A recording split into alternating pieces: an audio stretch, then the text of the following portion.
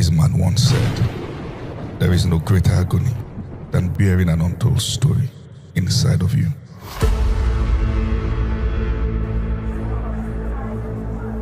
In a world full of noise, it is easy to overlook the most extraordinary stories, the ones hidden in plain sight, the stories of ordinary people living extraordinary lives.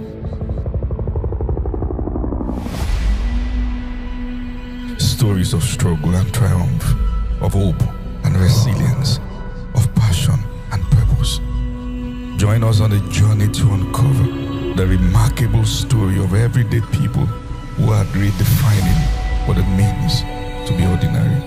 Have you been beaten before? I've been punched by the crowd. I have had banana peels thrown at me. I've had all kinds of stuff. We're ministering and the man says, shut up. You are disturbing me and my girlfriend. We're having a wonderful time. But for every event, there are so many testimonies of salvation, healing, and deliverance. Until I finished my SS3, I didn't know my mom. I was the one that had to look for her. She never looked for me. In fact, when I found my mother, I asked her, why did you abandon me? She said she got pregnant when she was little, and I refused to be terminated. Stories. Every person has a story worth telling.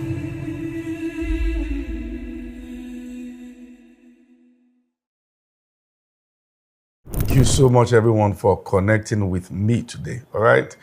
As always, it is another fantastic conversation, one that you will be glad you heard in a lifetime. Now, let me prep you for what is about to happen just as we start. Our conversation today is a very, very deep one.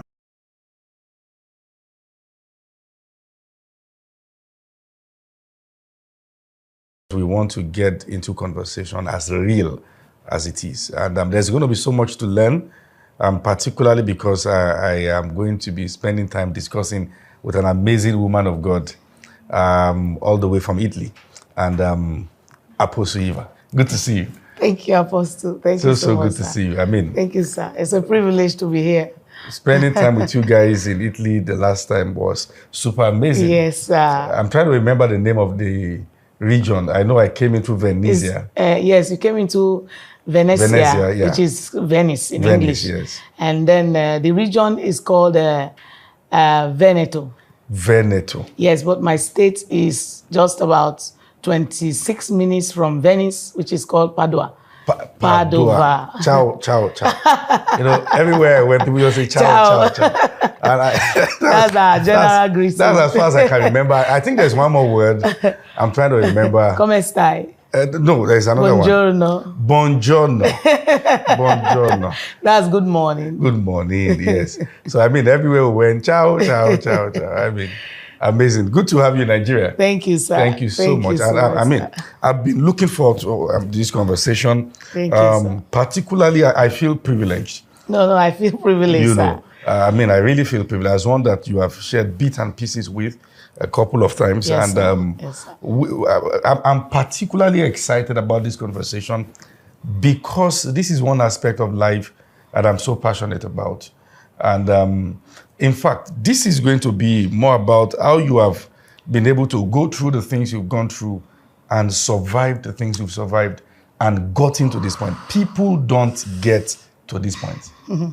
You know, people, and we're going to be talking about the issue of background and how you fight the battle out of life and try to. So for you, what has it been like? Thank you so much, Apostle. I think this is happening because God has brought me to the person and the people that he really wants me to share my life with, because this has never come public.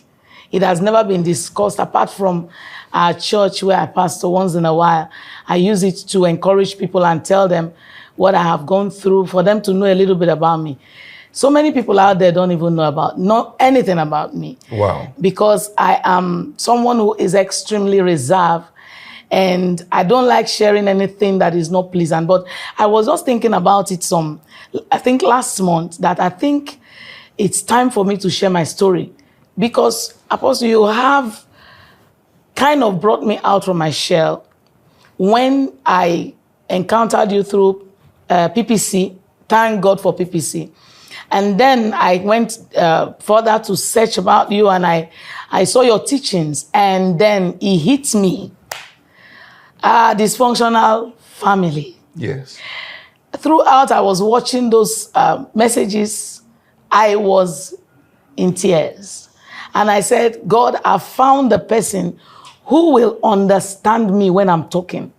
Because you don't just share your story with people who has nothing to do with it. Yes. But I want to share my story with someone or people that I know they can do something with it to bless people. Because I know I went through all those things because God wants to use it to also bring out people and help them to be able to fight. Yes. So talking about my background, I've been a fighter from the womb. I was born by my mom and was abandoned. And I didn't... You were abandoned by who? Yes, by my mother. Where's she gave birth to me. Your dad? He's dead. He's late. He died when I was little. So you never grew to know him? I knew him. Okay. I knew him, but he had to give me out to stay with one of his relatives because as a baby, that's because he couldn't. Men, they can't take care of children. So I didn't know my mom. Your mom dropped you with him? Yes. No, my mom actually took me away to her side. Yes. So to her village. So when I was about dying, and I heard that my dad had told them that if I die, he was going to make sure he kill all of them. So when I became very sick as a baby, they had to call him to come and take me. I learned my grandmother called him to come and take me because my mother was not even at home. She just left me and went her way. And when, until I finished my SS3, I didn't know my mom. So when I finished... You never got to know her? I didn't know her. It was after my secondary school, my SS3. You could not put a face? I had to look for her. I was the one that had to look for her. She never looked for me. She never... In fact, when I found my mother, one of the things she used to even describe the situation, I asked her, why did you abandon me? She said she got pregnant when she was little, and I refused to be terminated. That I refused to be aborted. Meaning that she had several attempts. She said she drank even undrinkable. She drank what human being could not drink because she was trying not to put her, a Roman Catholic. I didn't want to put her mother to shame and her family to shame. And she was a tender, a young adolescent that was coming up. And so there was nothing she didn't take, but that I refused to die. I refused to be aborted. So you see, people don't know that there are children that are so tough and stubborn. Their battle started from the womb. And then she decided that, okay, since I refused to be terminated, when I am born, she will abandon me. And she did. And so I was given out as a baby to my auntie in Benin. That's where I grew up. Where's your mom now? She died August last year. She just passed. She passed. At the time of her passing, did you have a relationship with her? We never had a relationship because she even exhibited more than hatred for me. When I found her, I've seen my mom finally. How did you feel when you found her? When I saw her, how it happened was that I heard that she was alive. And she was somewhere in their place, where she came from. I didn't know. So I had to, there was a woman from her place in my village. Yes. That I traveled for Christmas. And I said, okay, I can't live in the world alone. I don't have anybody. My auntie that brought me up, I've left her because of the situation was not even pleasant, which I don't want to talk about because I've kind of reconciled with the children because she is also dead. So the children, I love them because practically most of them were born with me and they would just give birth to them and hand over. So I started managing human beings even as a child. And so, and then I went to the village and saw a woman they said was from the same place with my mother. Yes. I had to write a letter, begged her. I said, I heard you're from my mother's place. Can you give this letter to her family people if she's alive? So that maybe she will look for me. I'm trying to understand the kind of world you had to grow up in. Your dad died when I was in... abandoned you. Yes. And your dad had to give you to an auntie. And yes. And then your dad died when you were young. Yes, when I was your mother was alive. She was alive. She died August. She never... She died August 25th. She never looked for me. She never. I looked for her. Because I had left my auntie's house because of some terrible circumstances. Now, in the process of growing up, when your dad was late and you know your mom was somewhere, wouldn't care to see you, what was that space like for you? I was wondering what I would have done that a woman will have a child. That practically I was kind of a fortunate child. In my school, I was always, like my primary school, I was the class prefect until I finished primary school. I entered secondary school, I was the class prefect immediately till I got to JSS 3. They made me the school timekeeper. And I was senior prefect for 2 years, the head girl for 2 years, SS2 and SS3, because I was, God blessed me with intelligence, even though I never had time to read because I had to work. What kind of work? I was like the maid in the house doing everything. You know, you go sell something, come back, go to school and all those kind of things. So the little reading I did was always in school. And so with that, God was making me top class, and until I was made the head girl. And then Did you have to deal with inferiority complex? No. I didn't know why. The man that brought me up was a very good man. He was a very good man. Until tomorrow, I confidently call him daddy. He's still alive. Still alive. Yes, and I am in very good relationship with him.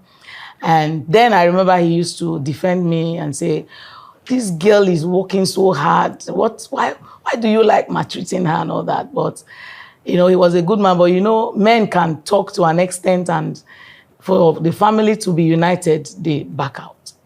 And so I never had inferiority complex because I was a one that always represented her school in many things. Okay. So more like that covered up. Yes, that covered and loved by all my teachers. And I remember they used to call me the principal's daughter. Okay. Yes, because when you make them proud, and my class was always the most disciplined because I'm a little bit a disciplinarian. So you are saying that practically your dad late. Yes. Your mom not known, not seen. Nobody knew where she was. Were you able to forgive her?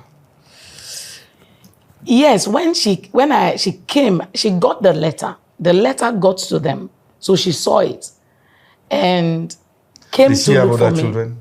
One. I have a younger brother. Just from one? From the other man, because she didn't want to have a lot of children because of the experience of her mother who had 7. Yeah. So this is it. Her mom had issues? Yes. She also had issues? Yes. Amazing. So she just had one? Okay, continue. Plus me, that's 2. Yeah. So she came with a letter to look for me. By this time, I had finished my senior secondary SS, and I was looking for how to enter the university, which was not possible. So I decided to work a little bit. So I got a job at a laundry and went and rented a place I was staying. Then she came to look for me, and my landlord's daughter, when she went there, they now told her that there is a little young, fair girl with very long hair, but they don't see anybody coming to look at her. They don't know that she's here, but she went to work.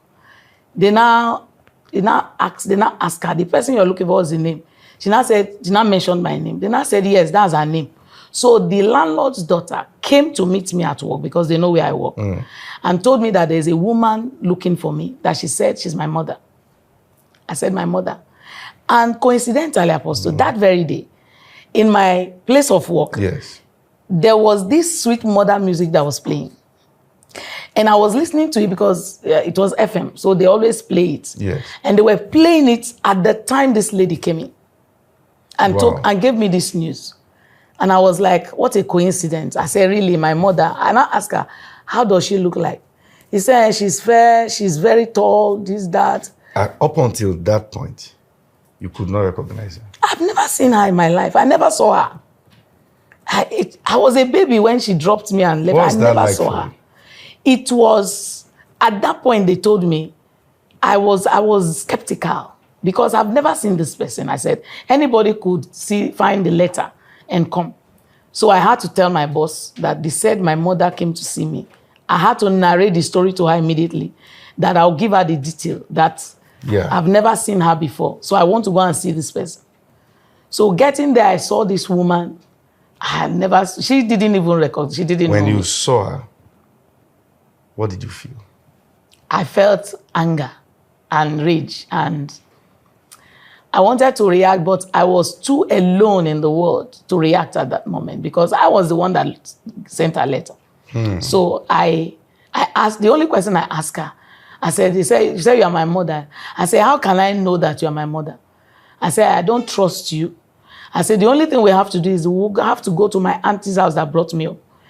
If she can recognize you. She said, who? And I mentioned her name. She screamed. She said, you mean is Margaret that took care of you? I said, yes. I said, you know her? I said, yes. I said, okay, I will confirm when we see her. So I had to carry her. So she did not even know where I was. The fellow who took She said, yes. She said she didn't know where I was. But I didn't believe her because I was told that my grandmother was the only person that used to come to ask after me. That's your mom's mom? Yes. That she loved me so much because I was carbon copy of her. And she used to come to look for me. And I heard that every time she used to mention my name, that wherever I am, I should come. You know, I'm trying to get my imaginations right. So when she came that day, you as a young secondary school graduate? Yes, just finished my SS. Trying to work so you can to get survive, into so that I can, gather money. That was the point. That was the point. That yes, she sir. came. Now, she came on what basis? Was it on the basis of the letter you sent? Yes, the letter I sent, because I even wrote that I finished my SS. I'm sure before that time you had questions. Yes, I had questions, but I didn't ask her any question. I just told her, let's go to my auntie. If she can confirm that you are my mother, then no problem. Because I didn't know her. Yes, she agreed. Then we went.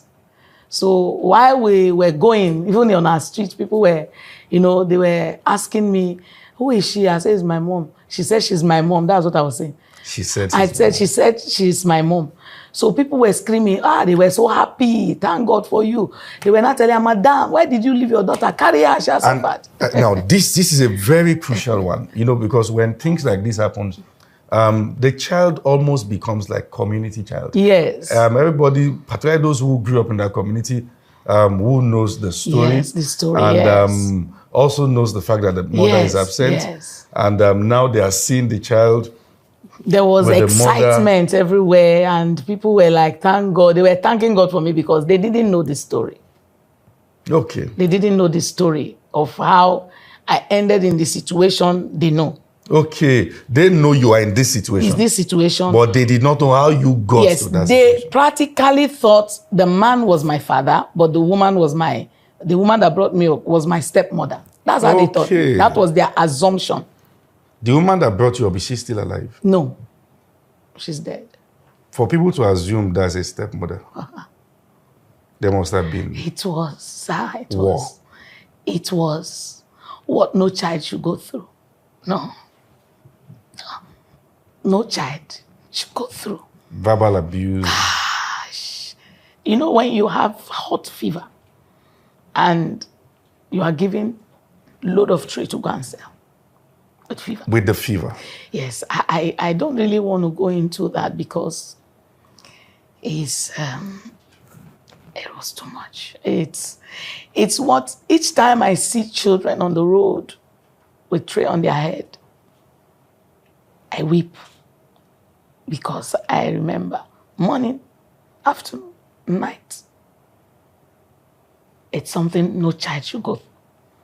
Being exposed to a place like Benin, and you will go around the city. Yes.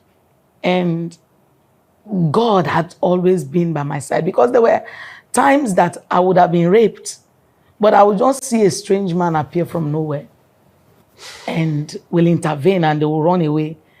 And they will just, there was one particular one that, as the man scared them, he just did me hand like this. As I was going, I turned to look for, it disappeared. I didn't see the person again.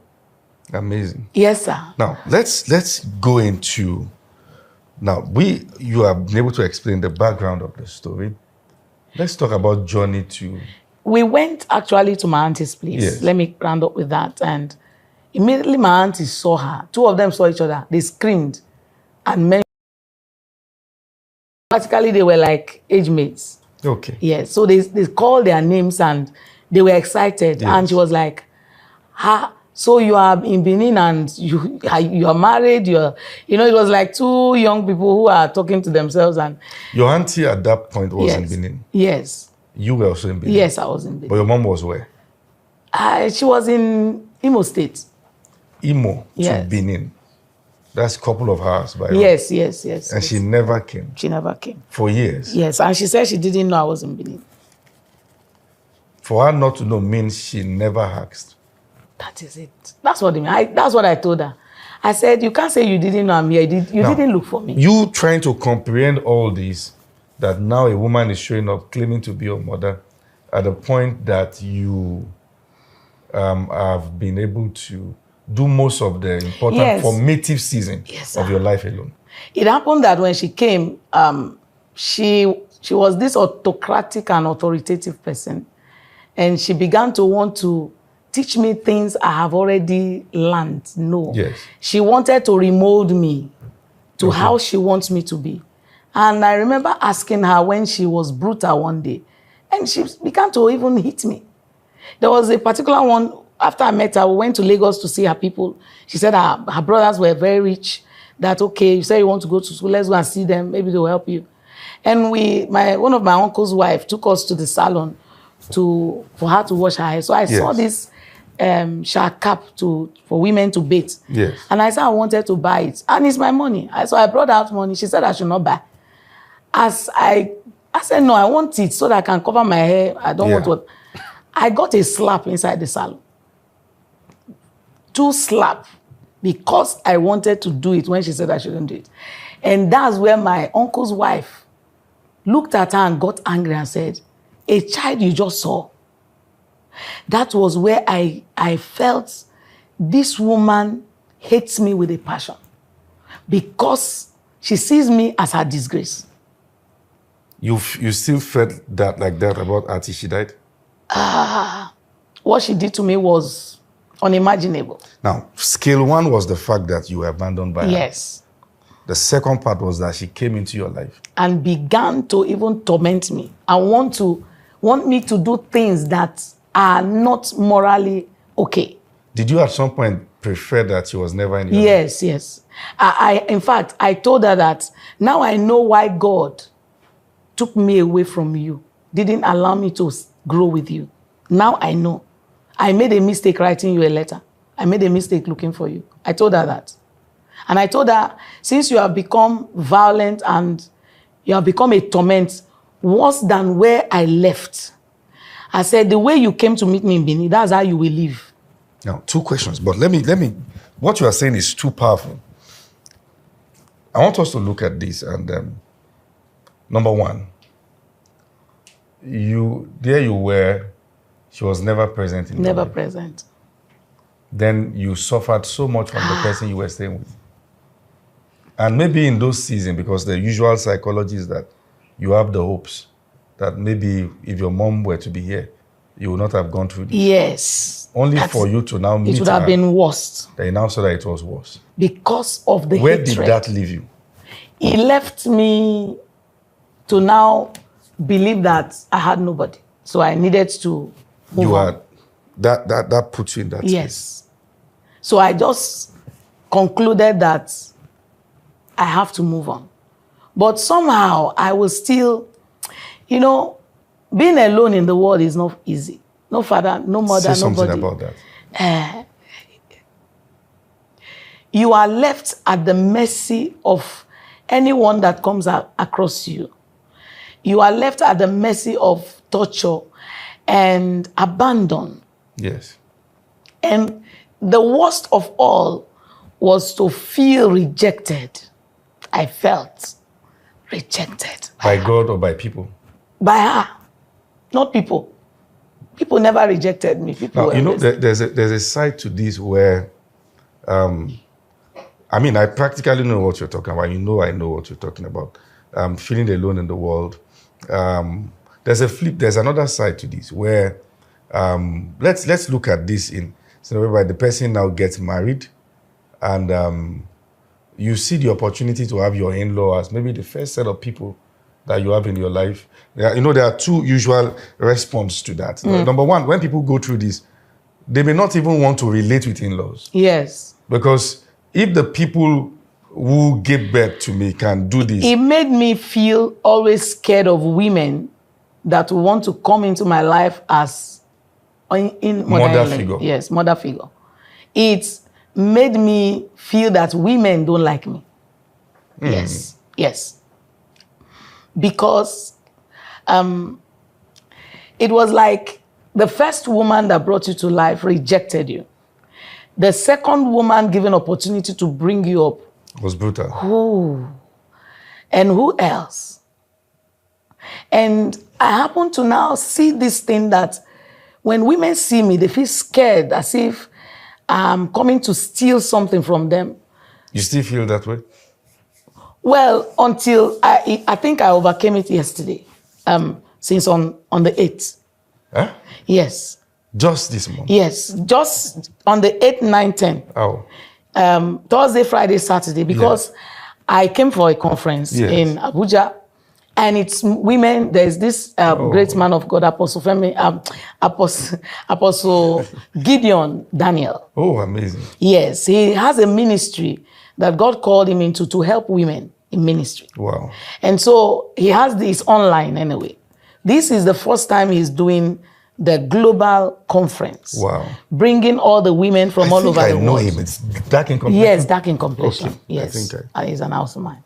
So he decided to do it. And I don't know why. God will always put me at the forefront. So when he called me and said he wants me to be part of the team that was going to, I said, no, I don't want. Please, I am busy. I have a lot of things. I was trying to run. But he insisted and even made me the coordinator of all the people that will moderate. Wow. So those that were to moderate, most of them didn't come because of the crisis they had. So we were two. So I was at the center of everybody's scene. And I saw another picture of women. This time I met women who all fell in love with me, celebrating me. And that changed. It changed completely. Amazing. You know, when they come tell you, everybody's come touching you, hugging you, want to, complimenting you and say, you are beautiful. And they won't even, nobody was intimidated. Amazing. Nobody was feeling anything like, there was no competition. There was nobody feeling inferior or whatever. Yes. It changed the whole thing. Wow. Apostle. Sir. I was with you in Italy. Yes, sir. I saw the things you're doing. It takes audacity to do what you're doing. If there's a question I'm going to ask you, it is, you don't look like what you've been through. Yes, sir. How did you get to this point? Because, when you are supposed to have died. Yes. And you see God always intervening in your life. Yes. And when suddenly you found your mother, you even traveled and forgave her and you hand over everything you labored for. Yes. And your mother still wants you to feel pain, carry everything you labored for, give to his brothers, give to people. Oh. And leave you empty-handed. All your labor that most times, these things, it's because they themselves are also not healed. Yes. Dysfunctionality. She was not healed, obviously, because... And it's beyond... it's beyond the the fact that probably she perceived you as a mistake.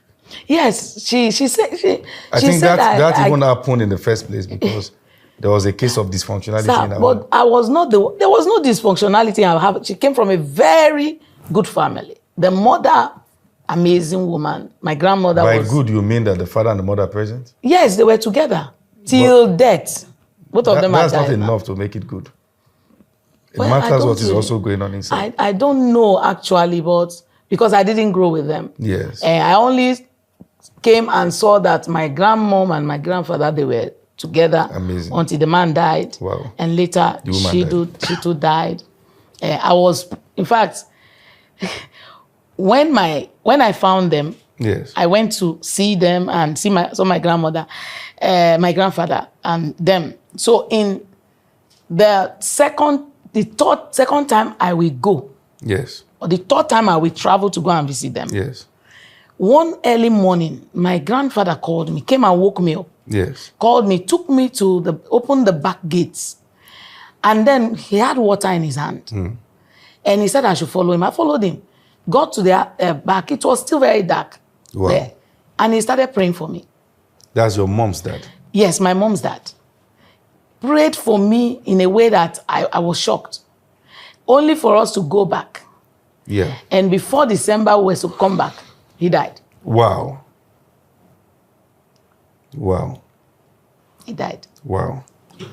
So you were going to talk about how you were able to grow out of the pain, the torture. Yeah, I think I began to let everything go.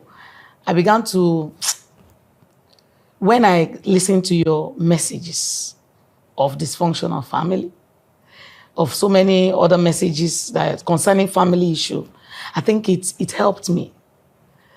And that was when I said, okay, her death, she died. Under normal circumstances, I wouldn't want to bury her. I was not moved to go, but I had to send money for her burial. Everything, I did everything. But she came 21 days later. I saw her. In your dream? Yes. She came. And she was calling me. I didn't answer her. I told her, leave me alone. Don't ever come near me. She had to rush, came to where I was, and grabbed me. In your dream? Yes. Now, as at the point of her death, were you able to forgive her? Yes, I had already forgiven her. If not, because my son, I had to take my son to stay with her. Yes. Because I didn't, babysitters were having negative influence. So that was even, in fact, they offended me. They took everything that belonged to me. I had to start afresh. They never said sorry to me. When I took my son home, I had to apologize to all of them for the sake of my son. I said, if there's any way I've said things that hurt you people, because I had gotten to that level where someone could hurt me, I'll tell you sorry. It took God to break me to that extent. And so at what point did you stop feeling alone in the world? It was. And what happened at that point? It was. I think it was. It was when I had my son. Yes, it was when I had him, and after what she did, I didn't call her for 1 year. Yeah. Yes, wow. 1 year I didn't call her. It was my son, because of him, that they told me call him. I call her. That's her first grandchild. Oh wow! And I noticed she loved the boy. Yes. She loved the boy and was protective of the boy. And where did that put you? It didn't change much. It didn't change much because I'll send money home for feeding and all that. The boy was not feeding well. I met him not the way I wanted him to be. A boy that came back and people would call him half-caste and all that when he's not. And looking very early, became pale and malnourished. And so I was broken the more. I took him away, and that's where I decided to cut off. Wow. Yes, sir. I mean, this is just as real as it gets. This is life. Yes, sir. And, sometimes one of the things I think about is that, see, people sometimes will hurt you, do stuff family and all that. And they will never apologize. Because they've not even grown to come to understand that it's ought in the first place. And sometimes they don't get to apologize because they themselves are still in pain. And the painful aspect is when they tell you, if we don't eat your money, who will eat your money? That's black tax. Yes. You heard my teaching on black tax? No, I've not seen that. Okay.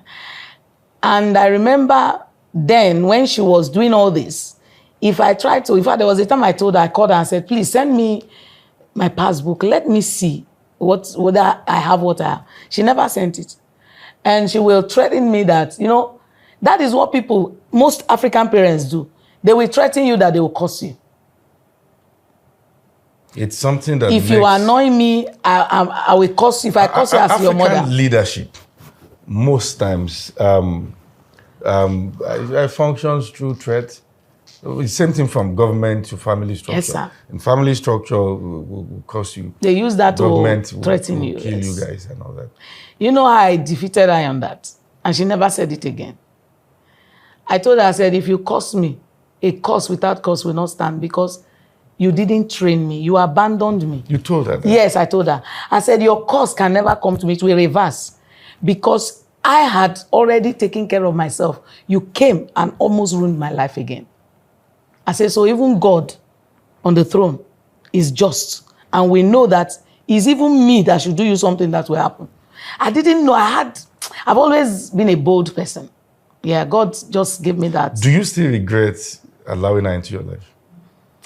Anyway, I didn't regret because if I did not, I wouldn't have known who she truly is. Or you would have just been having assumptions. That probably... So I never regretted finding her, but I regretted giving myself, trusting her as a mother. Yes, that's the only thing I regretted. And you still regret that? Yes, I regretted trusting her because today I would have had, there's nothing I wouldn't have had because I work hard. Amazing. I work hard. Apostle, you saw the hard work I'm doing there? Yes. Yes, sometimes abroad, you have seen them, how they do. Thank God you have your experience. The mentality. You pay your church rent and your house rent and everything. Yeah. And they expect you to even bring your own and give to them. Yeah. And at the end, they tell you they came here to look for money. So it is not an easy work to do ministry abroad. In fact, I was just about to begin to shift to come back. Wow. Your word during mentorship is what held me back. Yeah, wow. Yes. You said, the Lord said I should not leave Europe yet, for now. If not, I'd already started. In fact, since 2019, I started a branch in Onitsha. Amazing. And it's still there? No, the pastors were messing up. I'll pay apartment for them, pay church rent, and no, they will not give me report, nothing. 1 pastor, 2 pastor, 3 pastor, I had to. So one day, I had a dream and I saw maggot falling from the roof of this thing. Yeah. The next day, I just sent people to Onitsha. Amazing. Close everything down. We are going to go into church matters some other time. But, so let me just as we begin to wrap this up. Yes, sir.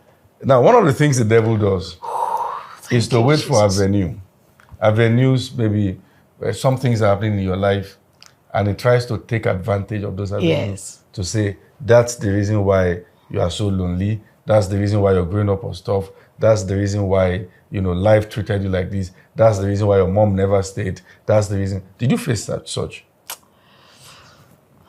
Well, maybe let me explain again. You were going through things, and the devil was I'll say it's because advantage. I'm lonely. I'm alone in the world. Yes, I used to think that. When I'm going through certain things, I'll say, yes, it's because of my background. Do you have friends now? I don't have friends. I don't have any friend.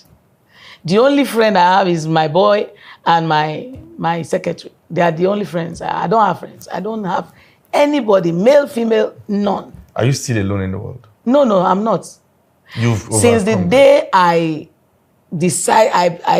apologize to God that I will answer the call and then in fact, I got peace when I answered the call because I was just doing my things. I had alternatives, sir. Yeah. That work I'm doing, I had alternative. Yeah. Yes. I had alternative from government. Somebody one day... You've done great things. Somebody saw me one day saw my picture, said, I saw you with Obasanjo, I saw you with this, I saw you that. I said, yes, I have worked with personality. I have alternative, which he even instructed the Minister of External Affairs to give me a contract then. But God was calling. I said, no. I was a movie producer in Italy, produced 2 movies. When they tampered, you direct, you're going to take care of my boy was just a year old. I was training people for movie in Italy. They'll come from Milan, different places. And then somebody tried to hijack it. I left it for them.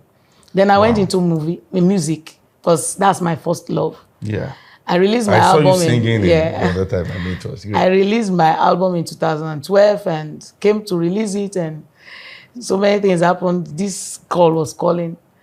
I had to face it. So I decided to surrender. Yesterday, our church. Yes. 10 years. Wow. Yes, sir. 10 solid years. Yes. 10th of August, 2014. As a woman.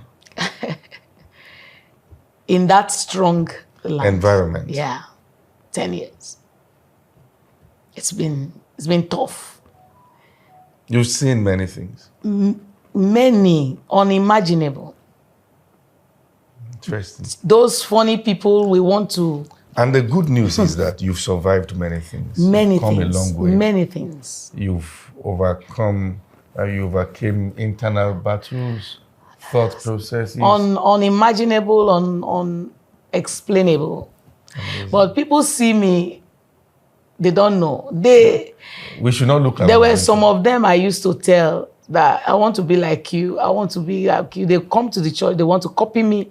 I'll tell them, for you to be like me, are you ready to go through what I went through first? To be abandoned, to be rejected, to be ganged up against by men. Dominant figures. Yes, men who feel you are too young and too small to enter this field. Are you ready to be almost killed? Are you ready to be poisoned? And you you eat it not knowing, and God protected me. All this you are saying. Yes, yes, sir, yes, sir. In fact, the poison affected my voice. I used to sing the highest key. Yes, sir. Oh my God. This woman has been through. So, have you seen cases where people just sit there and say, do you know what I survived? I said, do you know what I survived in life? I mean, I just have to, and that's why I said we need to have this conversation, because when you say it in bits and pieces, I'm always like, my God, what is this? To wrap this up, we have people watching us now who are going through the phase that you have outgrown. And some who are thinking there's no hope and there's no possibility of coming out from those things. What will you say to them? What I'll say to them, there is a reason why I am radically serving God and have refused every form of compromise, is because the only person who showed his presence from the baby that I didn't know to who I am now has been him. Yes, sir. When strange thing and I practically saw God dealing with men, life in Italy because of me. Yes. Those who wanted me out of that city you came to were the ones he sent out of the city. Disorganized and chased them away. So when you see how God fights for you, that when people come after you, he either kills them or he does something to them, and they now know, then you have no option than to sell yourself to God. So whoever is going through any of these things, the only solution is sell yourself to God. Sell yourself to God. Whether you are eating, you're not eating, no food, no money, no nothing, just know that he is there. He has been there. I'm not serving God for nothing. True. I have alternatives. True. I have, but it's him alone. Wow. The conversation has been one of the greatest I've had in recent times. Thank you, sir. And I want to thank you especially for sharing your story. Thank you so much, Apostle. Thank you, Apostle. Thank you, everyone, Thank for connecting with us. Here with me, you are going to listen to amazing stories of people who have survived different things, and you can learn and also find hope for your journey. Thank you for tuning in with us. God bless you.